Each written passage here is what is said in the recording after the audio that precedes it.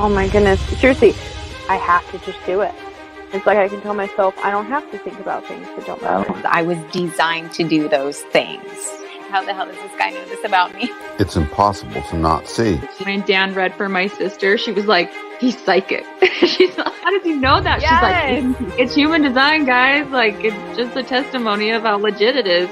Seriously, Danny was like FBI or CIA. He's like, how the hell does this guy know this about me? Having my chart read, there were just thing after thing after thing that I was just like, wow, that's me. This man is reading me and I've never met him before. I was in the midst of one of the biggest emotional waves I've ever been in my life, and he saved my life. It seems like everybody has the same reaction. It's that aha moment, and they want to find out more.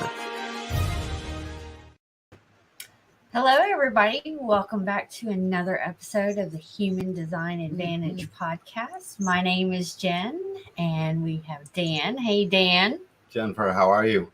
I'm pretty good today. How are you? It is a beautiful day out here. It's amazing. Sun is pounding on us. Oh, the sun's pounding here in Houston, too, as well, and it's been a beautiful day. I've been outside pretty much most of the morning. Yep. So I will, as soon as we get done, I will definitely be. I was on the farm yesterday, out in a few towns over, and so if I sound like I have a little bit of hay fever, scratchy throat, it's that. Oh, yeah, I think you sound perfectly okay, but I know you're going to probably be doing a lot of talking today. Yep. So before we dive into that, guys, please make sure to like, subscribe, and follow the show. We are on episode number 11. It is 7/17 today. And episode 11 is the life forces within your human design body graph. We're going to take it into the life forces, Jen. These are the channels. Everyone's always looking at the channels. And so that's what we're going to go to. We're going to talk about that. And why they call it the life force? Have you ever wondered? You've heard the term now. And they call it, it's been called the whole time. This is the life force. Wherever there's a channel, that's the life force. And I notice people have questions about why do they call it that? Mm-hmm. Yep. Do you ever pop up to you? Nope, I've never heard of it called the life force. Yeah. No, each time there's a channel, it's called the life force because it's the one thing that you can rely on. It's not a mystical term. It's more just because, hey, I've got this channel. And the description of this channel is a genetic process inside of us. Because of that, it becomes a life force because it's always on. You and I both have that channel of abstraction. It means we're always sharing our ideas. Okay. So I have a question on that. Is it called that because of the way the energy is flowing through it? Yeah, because the energy flowing through it is consistent for the whole life. Ergo, it's a force in that being's life for the whole duration, birth to death. I have never personally heard it called that, though. Yeah. So, okay. Well, when you first hear it, sometimes you get a little bit of mysticism behind it, like, hey, what does that really mean? But it's just a mechanical name for something that is a force, just like you would measure any force. It makes sense to me because I actually saw it go through the channels. Yep, exactly. So yeah, I figured we would start with the very first, the list of names for the slides. Okay. The list of names where there's 3 pages. So everybody, if you've got a book or you want to grab the slides off of here or you want to go online and find them, go to the slides that read the appendix that have the list of all the channels. There's 3 of them right in a row. Is this what you want to look at? Nope, the next one that has the list. Oh, this. Okay. Yep, the list. So it's sort of hard to see these on your screen, but when you pull up this index of gates, channels, and their keynotes, you'll see each channel is got its keynote on the far right, and it says basically what it's doing. Like the very top one, inspiration. It gives the gate numbers 8 and 1. And it gives, so we would see that on the body graph and where it is. And then it's basic keynote, the design of the creative role model. Now I can talk about that as a life force, and all the next 2 slides are the full list of all the 36 channels. I'll post that. I'll post pictures of it in the comments, guys. I can't do it at the moment, but Yeah. so that you can see it better. So go back to the main slide that has all three. So we have to talk about the life forces as it relates to the circuitry. I keep talking about circuitry inside the body graph. You know how there's collective. Go ahead. Is this a slide that you want? Yep. Okay. You said 3. There's 4 on there. Yeah, there's a total of 5 slides actually. No, I know, but early you said with the 3, but there's 4 graphs on there. So. Right. No, I hear what you're saying. The reason we're on this one is because we have to talk about these channels. So everyone who's looking at this now, if you've seen your own body graph, you recognize you have channels that are in one of these 4 sets of circuitry. Mm-hmm. So the keynote over the top of self-empowerment, empowerment, sharing, and support, these become master keys to all the life forces that are inside these circuit groups. So we all have channels in various circuit groups. I have integration channels, for instance. That is on the far left, and that means it's all about my self-empowerment of myself. So as we start to talk about the various channels and their keynotes, what they're going to be, you'll see why the circuitry that they're in matters a great deal. So, okay. Yep, that's the deal with this. So most people have individual circuitry. This is all wants to empower everything. Most people have collective circuitry. It needs to share. It just needs to share. Can you clarify real quick what's the individual and the collective? Yeah. So the individual circuitry is the one that's second from the left. Okay. Let's look at some of these channels. That it says individual underneath the picture and empowerment across the top. Okay. So look at all the channels that are in there. I have 1, 2, 3 channels in this. You have 2 channels in this, Jen. If you notice, you can see your 51 between the G center and this and the ego, mm-hmm. and then the solar plex and the throat. You can see, you've got those 2 channels. Savannah has the channel 57 up to 10. Most people have stuff in here. If you've got any of these channels inside this circuit group defined in your body graph, you can count on the fact that the keynote of that channel is going to want to basically empower and inspire anybody that you come in contact with that mm-hmm. life force. So in human design, we're here to commune. It's genetically required. Ergo, if we're here to commune, then our individuality is here to empower the other. You ever notice when you have a great creative hit, Jen, and it's amazing, if you can't empower somebody with it, it feels like it went to waste. Yes. Right? What the hell? What is that? What the hell is that? It's uniform across all of humanity. We never really had a name for it. Disappointment. Yeah, but I'm just saying, like, what is it that, I mean, think about it. What an amazing feature. Humanity has this feature that feels it's a waste if they can't take their amazing new insight and empower the other. Yeah. And the thing that they just mutatively came up with. Well, I think that all has to do with the individual and how they're receiving the information. Definitely. So, and then again, why it's so important to know your own design, so you know your strategy and authority. The timing isn't always right to empower the other. But right. The point here is the life force inside the being that carries the channel still has it. It's a driving force, and in their timing, when they realize other people aren't being empowered, that's their immediate clue that those aren't the right other people in this moment.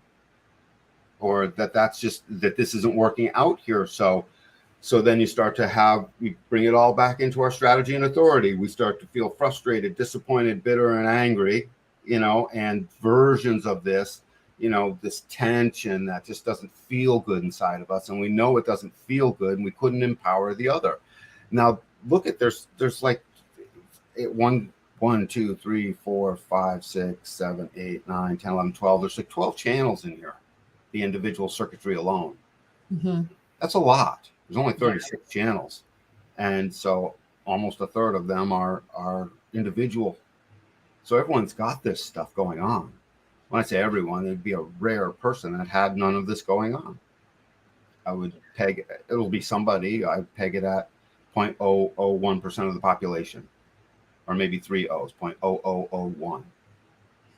Just minute. So everyone's got this flame and this fire to empower the other. Take the channel that's right at the top. Okay. At the top of this individual circuitry. At the This very one? top. Yep. So I know these things are small. That's 6124, the channel of inspiration. Go on over to 6124. Go over 2 slides. Go over 2 slides. Yeah, to the page that'll have number 24 on it. On the left-hand side, you'll see. This? There it is. Yeah, that has 24. So look at the keynote on the far right. Returning? Well, on the far right. Oh, on the far right. Yeah, you can see the gates. So the gates are inner truth and the return. The mental capacity to want to seek what is the inner truth of this thing. It's an individual process. When you find it, you want to return to it over and over to empower somebody with it. And it's the channel itself is called the channel of inspiration. It's a channel of awareness, really. Okay. See on the far right, it says awareness. Yes. A design of a thinker. This person's mental pressure is to think. That thinking is individual. So all the keynotes for individuality come back into play. Again, it's why the circuitry needed to come up. So that individual channel wants to think. It wants to inspire the other. It wants to empower the other with the inspiration that they just came up with that happened in a pulse, because it's individual and it happened inside of them. So it's mutative. It's their mutative new knowing from where? From thinking. Why? Because they're under pressure to think, because the pressure center of the head and the ajna are defined. Therefore, that's a steady life force. This is a person that they don't think too much. They think. Mm-hmm. But they're under a great deal of pressure to think on someone else's timing, to think this stuff, to think up a thing and watch it go nowhere. That's got to become okay, so you can start to realize, oh, I'm in a flow. Let me take the timing of my thinking and make sure that the other is receiving it so I can empower them. When you have an aha moment, Jen, and when I have an aha moment, I know we both love to tell the other. Mm-hmm. And you have other friends that you love to do that with. Yes. So where does that love come from? I'll answer the question. I always pose it as a question to get the mind thinking. Where does that love come from? It comes deep within our genetic chemistry that has this vibratory quality that is constantly pushing out into our aura that life force. If you have that channel through your aura, because genetically it is baked inside of you that this energy is on, those centers are pouring inspiration and thinking into the world. Now, inspirational thinking is in the world. Everybody has it, and it's all there. So all the more reason to know your design and your body graph, because if you don't have that channel, you might wonder why you don't have inspirational thinking sometimes. What a brain breaker that is, right? What a cognitive dissonance that then creates. Now vibrate that out into the world. I have a conflict with somebody. Now I don't like them. I didn't know. I think I don't like them. Oh, they don't like me. Oh, now I'm avoiding them. All this, right? All that life force just pouring onto the floor, constantly pouring our life force just into the bucket, down the sewer, just draining it out, flatten the tires over and over again. So that's one channel. And the keynote of empowering the other is how the love of it gets basically shared, portrayed. It's always about pouring the love in a direction. That's humanity. So humanity is genetically designed to pour its love in a direction. How? With all the tools that are the life forces. Our channels. Okay. Genetic certainties that vibrate out the quality of the keynote of that channel, for which in a reading and at any given time we can discuss them, flesh it out, and now you know the main aspects: individual circuitry, empowerment, empowering the other. Individual circuitry, sometimes it's melancholy and moody. Individual circuitry, it is in a pulse, meaning it's not up to us. Its timing is its own. Right. This all speaks to chemistry inside of us, not ours. You can't think I'm going to will this to happen. The chemistry says, no, my child, I will allow it or not. It's kind of like having that thought come all the way back around. Yes. And the thinker has the gate of the return in it. When they start thinking, they return to it over and over again until they thought it all through. What a powerful mechanic. I want that guy on my Elon Musk team of the next rocket ship. Please, buddy, keep returning to the problem. Make sure you got it right, return again, return one more time. That's a handy feature. Mm-hmm. It's building things all the time. Go back to the main circuit group and let's pick another channel.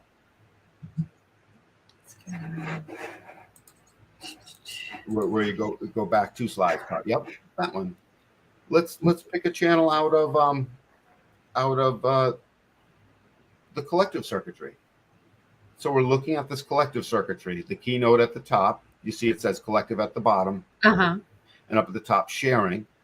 This is, again, it's going to demonstrate where our love is trying to go. It's trying to share itself. Our love of ourself is trying to share itself. If you have definition inside of this circuitry, it's amazing. You're a collective being, and you're going to try and share that life force. Remember, it's your life force. You're born with it.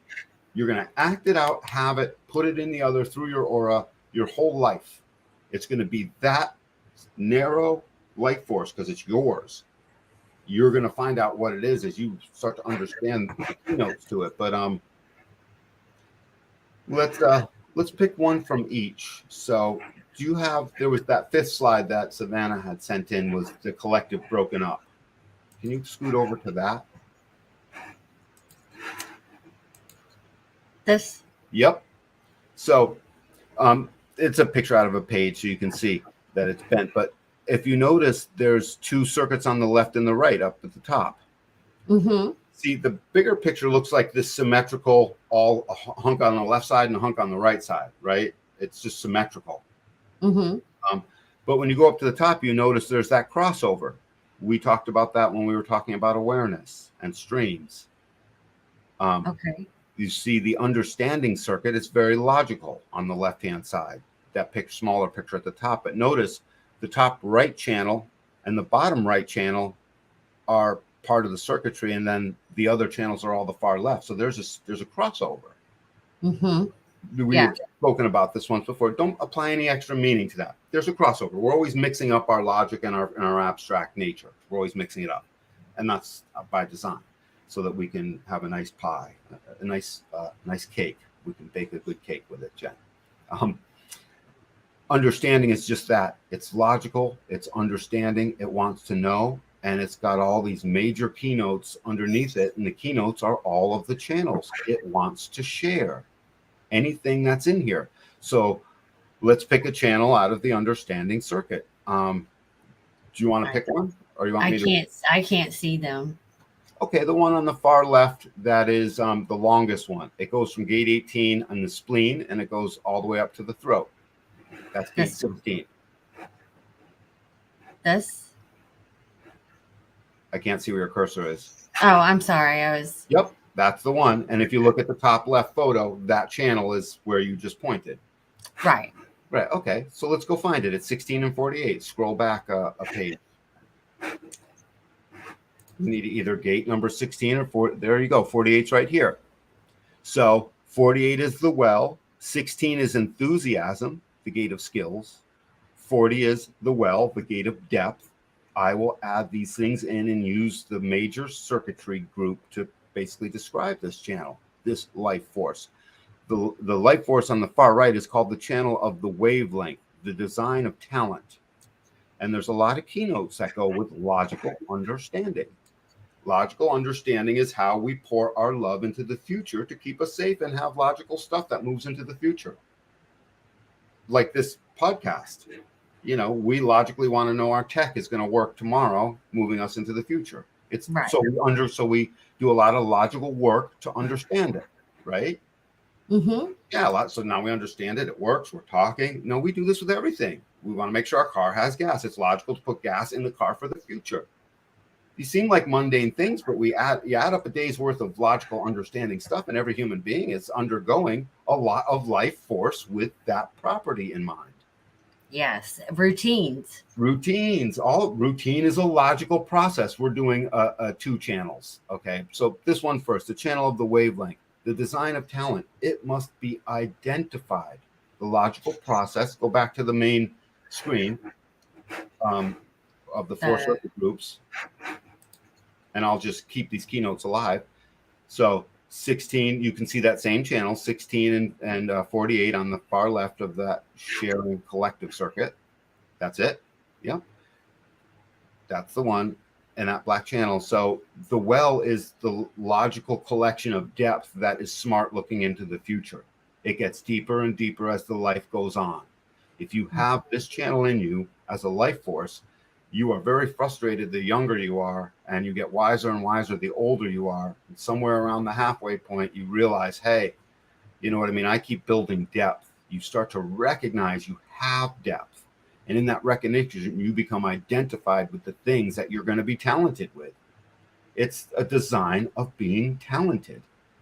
Talent is always logically looking into the future, and it's identified. Like the tennis player. The tennis player hit the ball, hit the ball, hit the ball, like a generator, responding. Ball came back, hit it again, respond. Pick an archetype of a generator example, for instance. Now, if they are not identified and someone says, hey, you want to play tennis? We think you'd be good at tennis. And the little generator, I'm picking a generator because they would have responsive nature, responds, yeah, that might be nice. In that moment of delay, they're responding out of their throat. You can feel it. It wasn't, It wasn't that visceral, I need it. Yeah, give me the bracket. I want to hit the ball. It was, okay, I'll try it. Not sure. They haven't identified with it yet. If their sacral takes over and identifies, bam, I hit this thing, and they start identifying when they're looking around like, this is great, I'm hitting the ball. Now their generator self is taking over. They identify with it, and it's logical. What's the logic? To make a pattern where they're going to keep hitting the ball so they can be a tennis player. Logically identified with it. What happens when you identify with the depth you grow over time? That's called talent. Musician, over and over and over again. Those natural musicians, like, oh my God, that kid was born with it, and they pick up many instruments, and well, that's okay, but they are not the master of those instruments. The master of those instruments is the logically identified talented one that repeats it over and over and over and over again. That's the concert pianist. The one who was just a natural and just seemed to have it in his body, they had creative pulse in the now, and their genome poured their love into an instrument in a direction, but they are not the master of that instrument. To be the master, you must logically identify with it. Logically. What I thought was interesting, like learning about the collective channels. So like on the left side, they're all logical. Yep. And then on the right, well, not all of them, but then on the right side, they're all abstract, and it's all based on like feeling and experience. And so I remember like all my son's circuitry is collective logical. So I'm going to know right away that he like does well with like patterns and, logical systems. And you'll recognize, Savannah, you'll recognize as soon as your child is identified. Just like that time you recognized he came in off the playground all mad, and you asked him, are you frustrated? Are you mad? Whatever it was. Remember, it calmed him down. You'll ask him, do you like that? Little generator will give you their sacral response, and by now you know a real response from a fake response.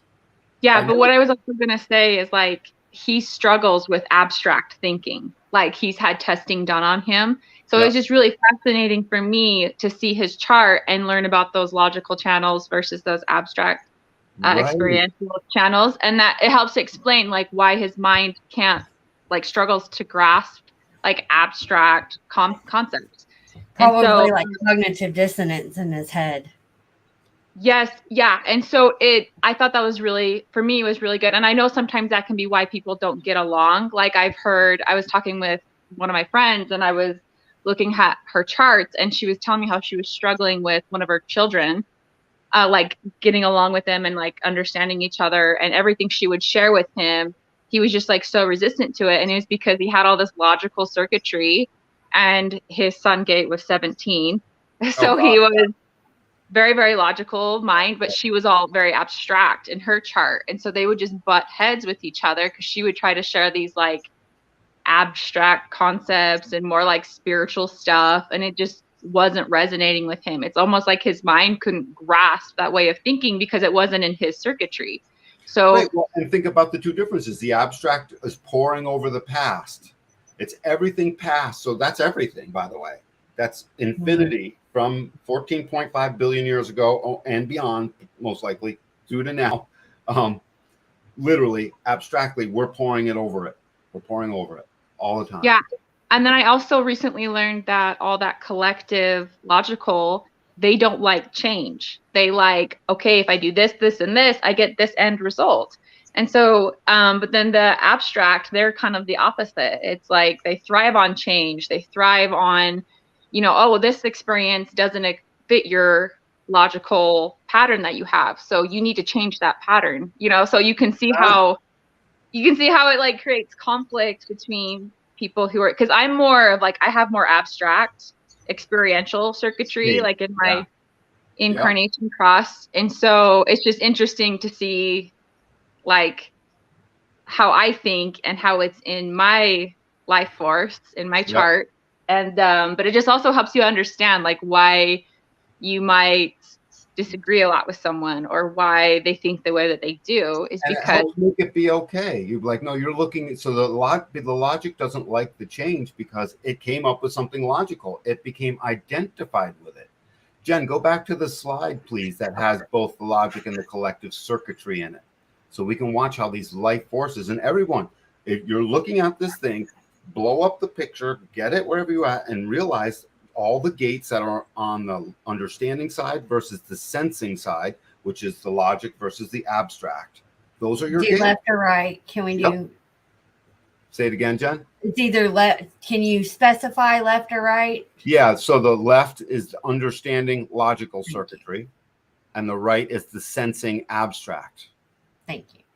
Sensing abstract is mired in the past. We need that because it's making sense of stuff. And for that, it needs abstract ability. It needs to abstract the information. Logical understanding circuitry says, no, we've done that already. I'm identified with the new pattern. Let's fix a pattern into the future. And then the sensing comes along and says, we've sensed something new, sir. It's time to change the pattern. And if these people are getting along, they'll discuss it. If they're just closed, they'll repel each other. And that's the old seven-centered way at work for you, keeping us apart. I like the example. I heard one example where all the circuitry, the collective circuitry that's on the left-hand side, they could say like, oh, we made this bus and this bus can hold 70 people, right? But then that's their pattern, that's their formula. But then their circuitry on the right, the abstract, they would experience what it's like to have 70 people on a bus. And they realize like, that's cramped. From our experience, like that's too full of a bus. That's uncomfortable. So you need to get rid of it. You know, like, so they say the sensing side, they like to experience things and test the patterns. And if they don't work, let's change them. But then the people on the other side would be like, no, this is our pattern. Right. We like our fixed patterns. And we can count on that. So let's pick a channel from the, so we just talked about what was talent, logically identified with wanting to share their talent. When the kid is hitting the ball, once they get halfway good at it, what do they want to do? Show mom and dad. Let me share it. What do they want to do if they're older? I want to play somebody. I'm sick of hitting the wall. Put someone on the other side. I want to share it. If they start hitting it well, they want people to watch so they can share it with them. I mean, and we can count on that. If I could go inside that person's brain with that in their body, I would see communications genetically happening that say you will be fulfilled and your love is moving in the right direction the more this talent is shared. If I could decode the matrix of the genome as it's sending its chemistry back and forth at this tiny micro level, and I could decode it into words, that's what it would say. You know, so let's pick one from the experiential side. Savannah, pick one. Like a gate or a channel? Yeah, the channel itself, from the sensing, experiential, abstract. The 3536, the transitory. Weren't they saying like that channel? Let's go to it in the book. So okay. Go back a page, Jen. I think it's 1 or 2 pages. We're looking for 35 and 36. There she blows. Yep. So 35 is in the throat. It's about progress. 36 is what does that say down there? Darkening the light. Yeah, that's right. Crisis, the gate of crisis. So progress is all about change. That's in the throat, manifesting the change. And 36 is all about the emotional feeling of the feeling that it's a crisis. And you put this whole channel together, and the keynote is transitoriness. 35, 36. The design of the jack of all trades. The 35, 36 wants to experience stuff. So if you go back to the other picture. But where did you get the jack of all trades? If you go back to it's to the far right. So if you read across from 35, you'll see progress. Oh, okay. And then the actual keynote for the life force itself. Got it. So what does transitory mean? Let's just talk about the word transitory. Changing, moving from one thing to the next, right? Let's flesh out this word. What is it to be transitory? Oh, it's where you're constantly kind of like jumping from thing to thing, moving through experiences. Mm-hmm. Yeah. So as I move through experiences, going back to the circuitry now, and we can start to keynote what the this. Yep. So that's the channel on the far right on the collective, the one that goes from the throat down to the top of the solar plex. Right. So what does the throat want to do? It wants to manifest. The throat does. It's the center of doing. And what does the emotions do? They want to feel, right? They want emotional clarity somewhere along the line. So the clarity over what to manifest emotionally. That's what this is supposed to be. Right now, it's acting out the feeling of crisis because I'm emotionally don't know what the feeling is like, and I want the progress that brings it to a conclusion manifested so I can experience it. You know, on the designer of that bus, it says it can hold 70 people, and experientially, I would like abstractly to experience what it's like to be on that bus to see if that really a good number. The math says we can do 70, but dude, you know, driving down the road with potholes and things that we can't assume, and this one street that seems to have a sharp bend with a little bit of tilt. No, let's bounce that back to 60, right? Because in real life, it just doesn't quite feel right. So this person would be sensing that, but they'd be having a crisis waiting up on that moment because emotionally speaking, they want to become aware of what they don't know yet. I don't know. It feels like a crisis. What if 70 doesn't work? What happens if the bus tips over? What happens if I broke it? All the stuff they don't know, and it feels like a crisis until suddenly they're in that bus and their design is working and they just need a slight logical modification. I experienced this. I am now going to identify with this pattern of 60 instead of 70. That's how these two sides are supposed to cooperate. So what are they going to do with that? They're going to do what the keynote says. They're going to share that. Let me share my new emotional clarity that I have just come to after having sensed this experience. And by the way, it's transitory. Once I've sensed it and experienced it and gone through the abstract process of allowing it to unfold, once that's all happened, I've experienced it. And so now I can move on to the next experience and share my past experience with you. Let me share it with you. Because once I share it with you, that's my best love moving in a direction. So that guy or gal who designed the bus can't wait to get back to the boss and the team that made it and all the workers and the engineers and say, dudes, this is what happened and it worked. We just need to prepare it back. What'll happen? The logical collective will share many ideas, and they won't pair it back to 60 just because one guy says so. They got to debate it. There's a little committee. They got to talk about numbers. There might be some money involved and monetization, right? The logic is going to get a hold of that, and they're going to share all their ideas. They're going to share their logical new patterns. And the abstract people are going to be like, dude, I experienced it. The bus almost tipped over on 3rd Street around the bend.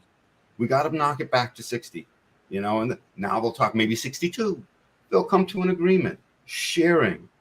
And the abstract person who was on that bus can't wait to get back. He knows he's going to run into a crap pile of resistance as it relates to changing the pattern. He knows he's going to run into resistance, but he still can't wait to share it. That's his love moving in the right direction, sharing his new emotional experience. By the way, it smelled on there too, you know. And the air conditioner wasn't strong enough. When you got 70 people on there, the generation of heat was beyond what you thought it would be. So we need to fix that. I like how when you break up the channels into these like 4 sections, it really does help explain like why you do what you do and like what's you know, good for you. Like for me, I have 1 tribal channel and then 1 empowerment channel. And so I have themes of like giving and receiving support from my family and my community. But then I also have individual circuitry where it's all about like empowering other people, you know, to like believe in themselves or make these good changes. And it's fulfilling for me to be able to like influence the other. And so I think when you break up the circuitry like this, you know, it helps you to understand like what's important to you. Like I have a friend who he has 1 channel and it's in his channel of community, it's tribal. And so it helps explain like what's really important to him is like giving and receiving that support. Right. You know, that's kind of like his love language or like what really, you know, fulfills him. And so, and like you were saying, these channels, they're your life force. It's like, it's what's consistent for you. Those themes and those attributes are consistent for you. And that's what we want to be recognized for. But I know also, like I was talking with you earlier, Dan, how a lot of times we end up being our open centers, right? Like living out the not self theme of those open centers instead of focusing in on our life force circuitry. And so I feel like that's what human design is all about, is becoming your circuitry and expressing that and stop being what you're not, right? The circuitry that you're not. We don't just want to be the centers that we're not. We want to be the circuitry that we're not as well. It's all falling on us on this conditioned, homogenized malaise of confusion and consciousness deadening propaganda and homogenization that the world has 7-centered put on us. That's the old way. And when we realize what our circuitry is, we start to realize, you know something? This is what I want to be recognized as. These are my life forces. Quit recognizing other things. And myself, hey, self, quit thinking you're the other things. You're not the other things. You're these things. Yeah, and you could grow up in a family that a lot of your family has like logical collective circuitry, but you have more abstract, but they're trying to make you be more logical, you know? So I feel like human design is very validating that it's like, no, like you can be more sensing and abstract and like believe in woo-woo things and spiritual things. Man, we really could read for moms in pairs, you and I both. It would be really such a sweet thing, because what you just pointed out, those parents can now look at that child and say, you know what? That child is trying to share their abstract notion with me. Yes, I'm identified differently than my child is, but I can't kill my child's truth. They're sharing their love in a direction, my direction. I'm the parent. They're sharing their love at me with their thing. In the past, I corrected them, but I wasn't correcting them. I was hurting them. Yeah. I was murdering their spirit is what I was doing, and I didn't know it. Abstract, let it in, because once you let it in, you'll start to realize, I don't care if that child's 3. That child abstractly in their own individual pulse will say something, do something, have something that mom and dad never once considered. And they will stop blowing it off and start taking it in and realizing, I'm not identified with that right now, but I don't need to correct it in my child. Let's see where the child wishes to finish the progress of this emotional experience, because that's their life force. You see how I keep adding back in the sharing and then the keynote of the progress and the crisis into the channel, which is transitory. Let the child's feelings transition into the progress they're looking to manifest. They came to me with it. They're sharing it. It's their truth because it's showing up. If they're the manifester, they're informing it of me and they're telling me. If they're the generator, it's pouring out in mutative response. If they're the reflector, they were surprised and it's good and they want to share it. And if they're the projector, you know, they're feeling recognized enough to want to come and share it. You know, you're again more keynotes. So you start to see this is a very logical system loaded with lots of abstract stuff.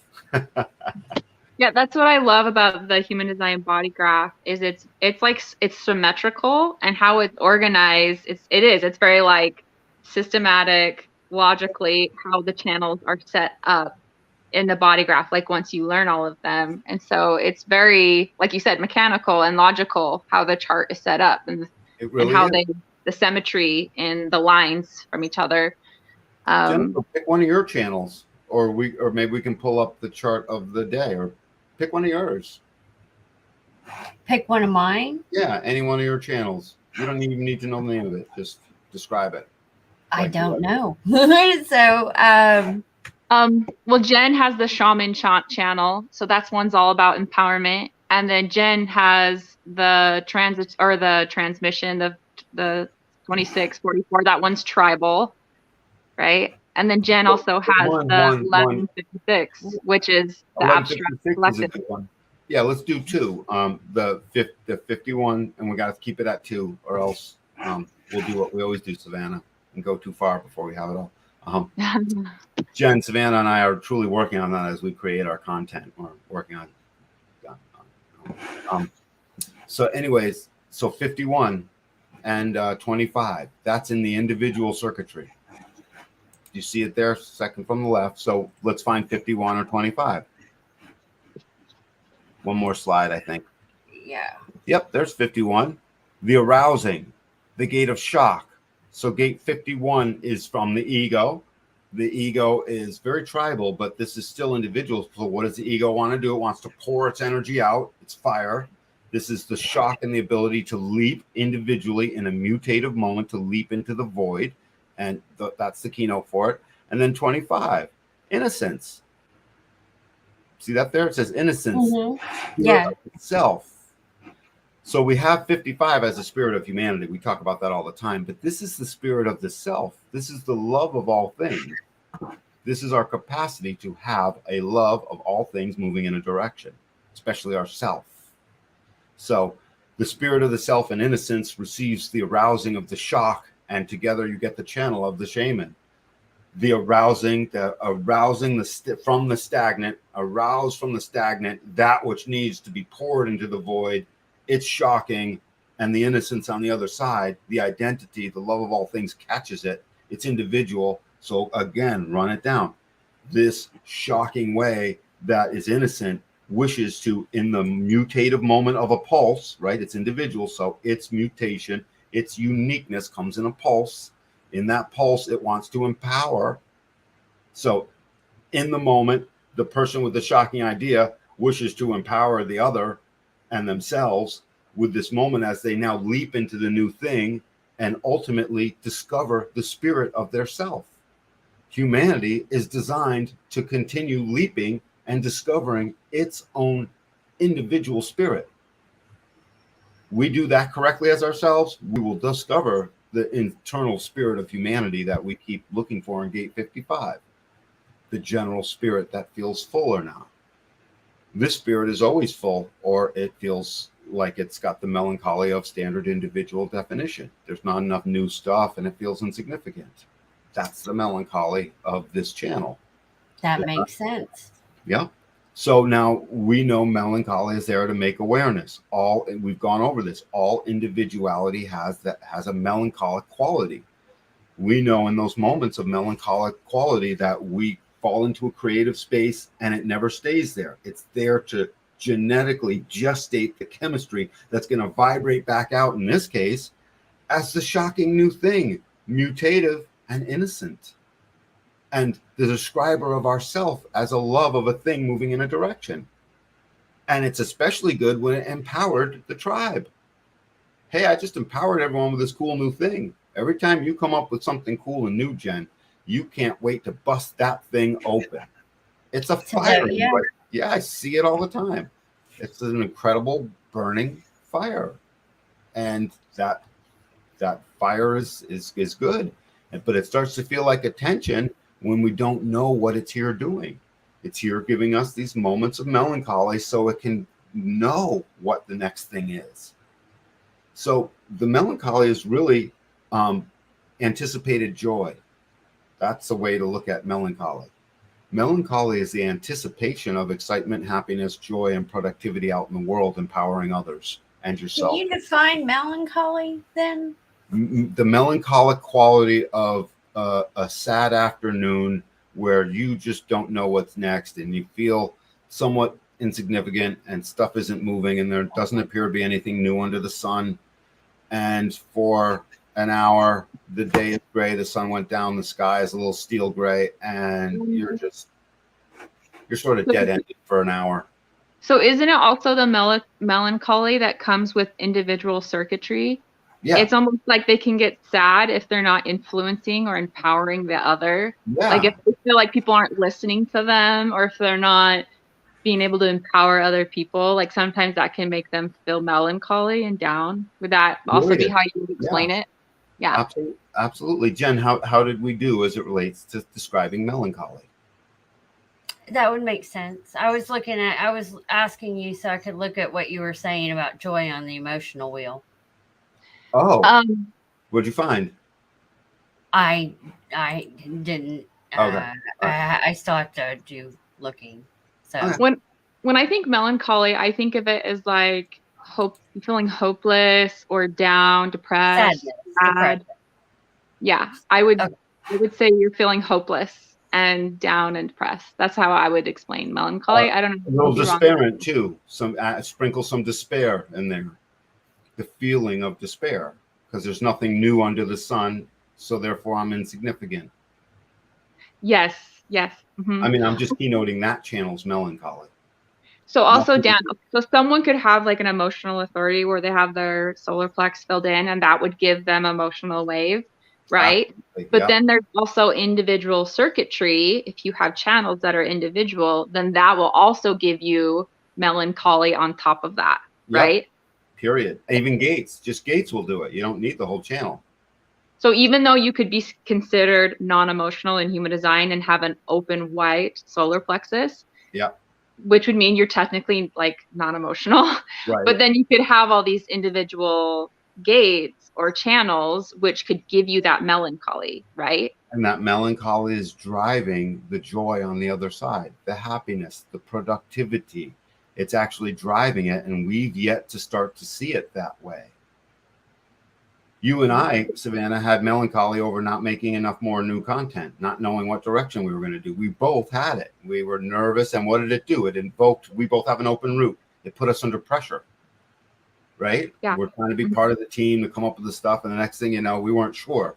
And then we started to feel the pressure of that and certain moments of melancholy. And in the pulse, the productivity starts to show up, and the next thing you know, we're happy as pigs in a blanket. Yeah, because it's like I have an open white solar plexus, so I'm technically non-emotional, right? But then I do have that perfected form channel, which is individual. So I want to be empowering others, and so that is where that melancholy could come in, and also the transits, right? Yeah. But I also think it's interesting, like, to look at people's human design charts and to look what they're posting on social media, and you can totally see it, like. Who's more individual circuitry, and they're always talking about like empowerment and, you know, like how to bust out of your self-limiting beliefs and things like that. So actually, yes, we're seeing that as we read through the people on Wednesday nights. Yeah. That's sort of a way of looking at their social media in a way, because we're looking at them. Yeah, but I like Jen because, well, Jen, you have a mix of the three. You have a tribal channel, then you also have a collective one, and then also an individual. So I think that's cool. You have a mix of the three. abstract. have to go back and look at that.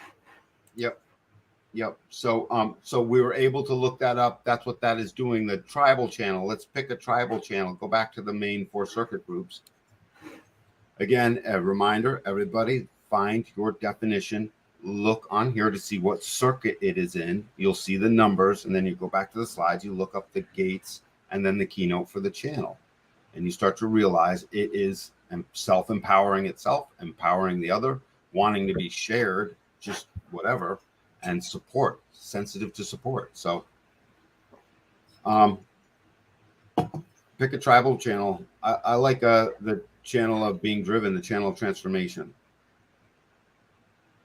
Can we do that one? What channel is that? So that's at the very bottom of the circuitry, where you see the root center going up to the spleen.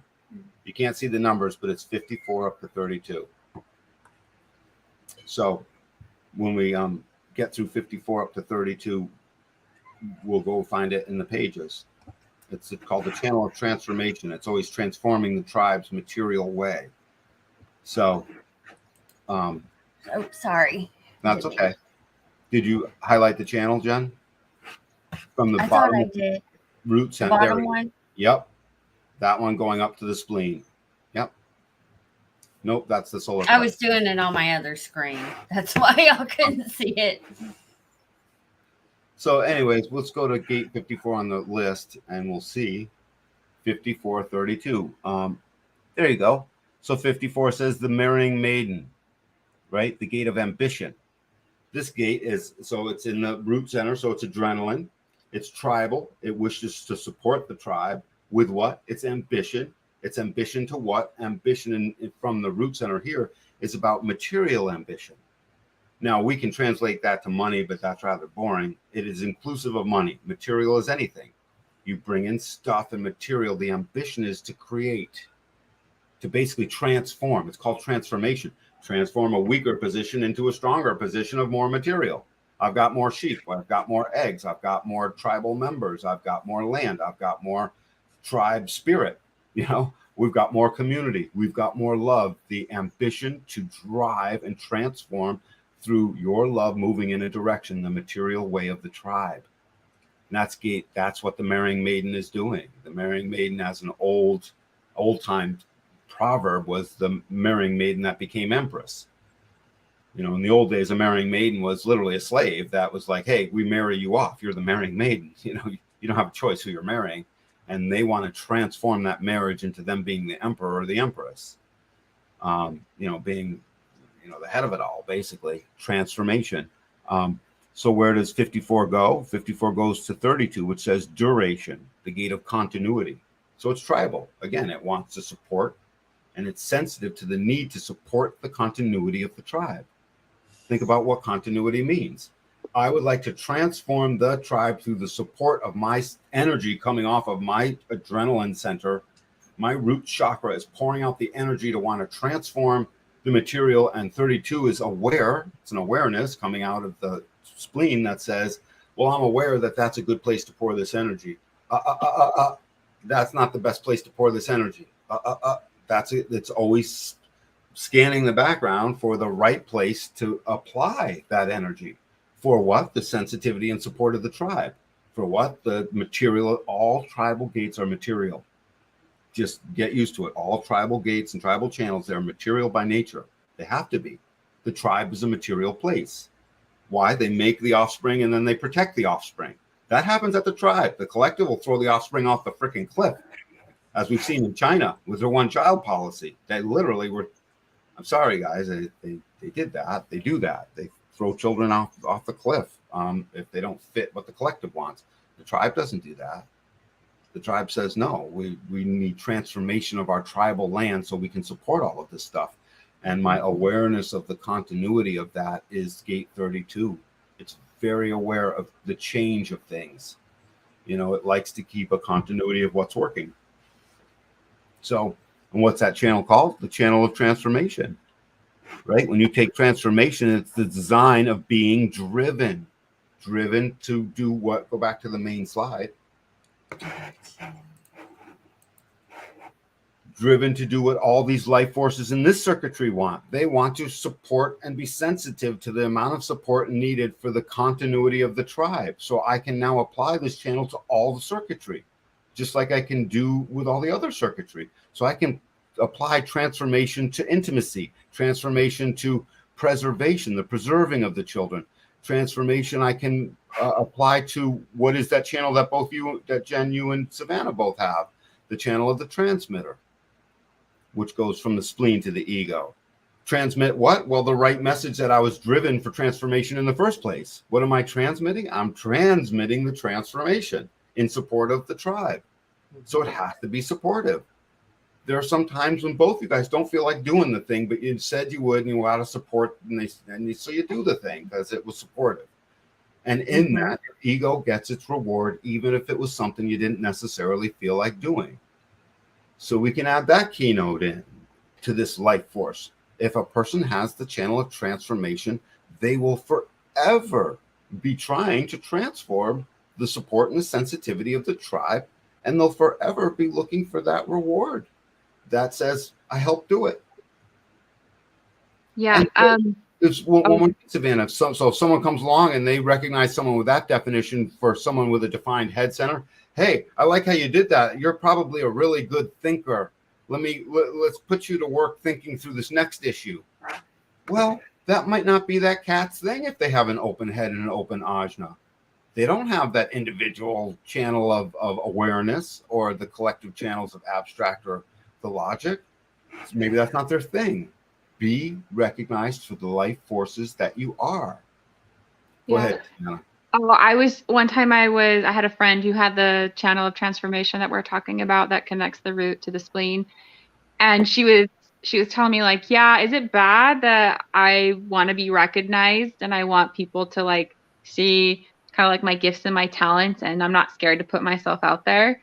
And then I was like reading in the book about it, and it actually says like specifically in there, they want to be recognized. They're happy to put themselves out and like be recognized for their talents so that they can use their talents to bring in money and material goods for their family, or their tribe or whatever. And so it was like really validating for her to like hear that about it, because she was feeling bad or kind of like, is that an ego thing? Am I being prideful? Yeah, right. And we got to get over this ego thing. We are supposed to feel ego good about certain things.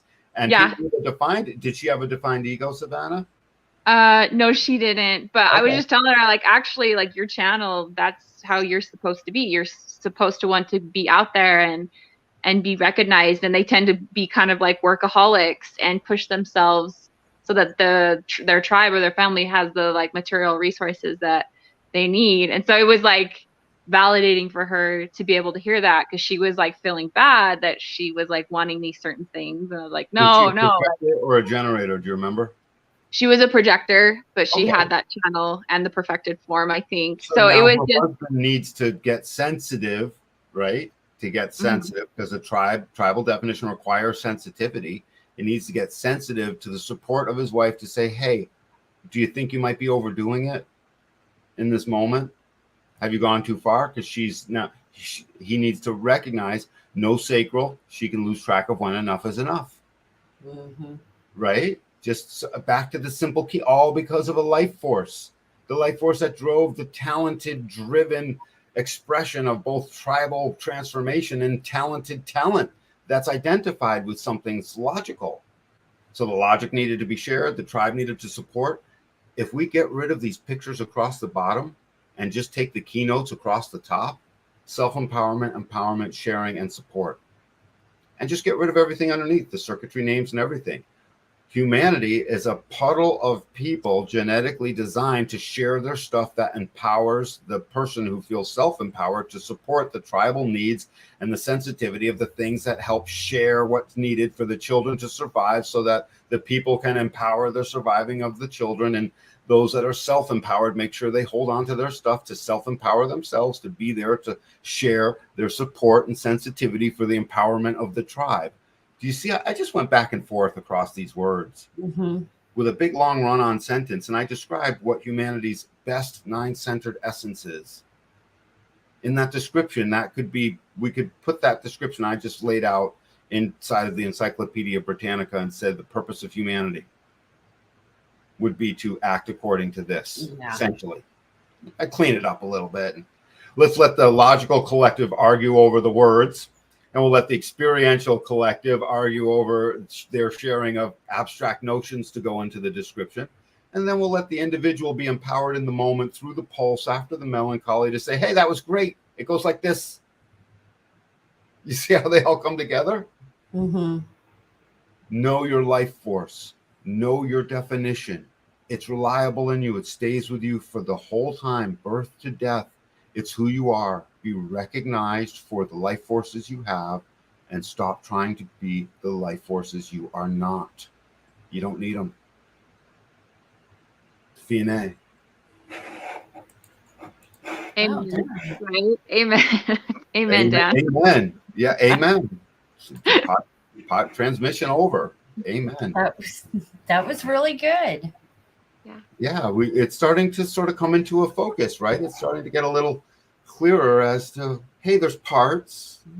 They come together, and it's not that much stuff. It's not like it's trying to transcribe the Hebrew words of Moses coming off the mound at the 2,000-year-old temple. Don't speak for yourself. Depends on the level. Some of the stuff that you said today went over. It's going to take me a moment to go watch it again to process it. So, Jen, I witnessed you, by the way, and I can recognize that if you review this particular podcast later when you're in the mood, you'll get a lot out of this particular one. It's very informative. Yes. Yeah. But I mean, you'll start to see there'll be a few chinks in the armor of the simplicity. The complexity armor that feels like an armor. There's chinks in that. On the other side, it's the simplicity. You'll went over my head, Dan. Just that. Say it for me, please. I do this. Sometimes the circuitry can feel like and seem confusing, but it's actually broken into sections, and you can memorize certain circuitry is tribal. I get the mechanics. It's the words. It's like a whole different language of human design. It's the keynotes. So I have to go back and look for a simpler term for me to connect with it to make sense, because it's putting a sentence together with words where it's not normally spoken that way. It's a completely different spoken language. So it still is human design is its own language. It really is. And some of that, what you're referring to, I think certain little clarities and aha moments will come on this particular podcast, Jen, as you hear us talk through we teased out and pulled apart the circuitry. And I just think it's going to feel good, because actually I think we did a killer job. I also think, maybe this is just the projector in me, but I like to look at other people's charts, and then I see they have a channel, and then I read about it, and then I'm like, oh my gosh, yeah, I've seen them do this and this and this that matches with that channel. So honestly, for me, what's helped me learn it the quickest is studying other people's charts and then reading it. And I've heard that's how projectors learn, right? We learn by understanding the other, and it actually helps us understand ourselves in the long run, So I think that's helpful to learn other people's circuitry, and then you'll start to see those keynotes play out. Sorry, my kids just got home, so they might be laughing. No, well, you know what? Before we end it reminds me, what are our questions? What's your question, Savannah? The genetic question burning inside of you ends up being, who are you? Right? Yes. Constantly wanting to look at people's charts, understand why they are the way that they are. That's probably why I went into psychology, right? Yeah. But how about mine as a generator? What's my question? Do you remember? It's you want to know who you are. Who am I? Yeah. Where am I? Who am I? And do you remember what Jen's is? Who can I impact? Right. Who can I impact, and what's my impact, and what the hell? What's the deal? Impact. Yes. Yeah. And then reflectors would be who are they? Who are they? Right? What's my milieu? Right. So yeah, no, we're all doing it. We all remember our internal question, and it really it helps. So on that note, Jen, I think we can wind this up. Wonderful. Well, thank you, Savannah, for joining. And thank you, everybody who tuned in. Thank you, Savannah. We don't have somebody just yet for Wednesday night. I'll have to check the list, but make sure to tune in. If you missed last week's Wednesday episode, we did Julian Assange, and that was a really good episode. I think you nailed it. So check our channel. You can find that. If you haven't liked and subscribed, please make sure you do that. And with that note, we will see you next on Wednesday. On Wednesday. All right. Yep. Bye, guys. Take it easy.